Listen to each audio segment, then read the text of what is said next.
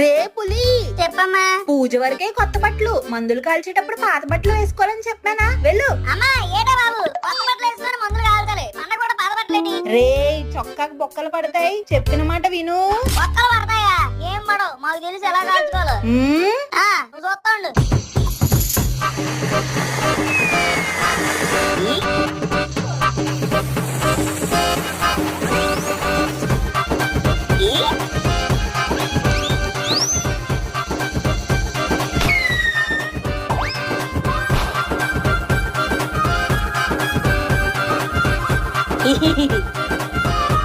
ఇది ఎందుకు వదలడం, ఇది కాల్చేద్దాం.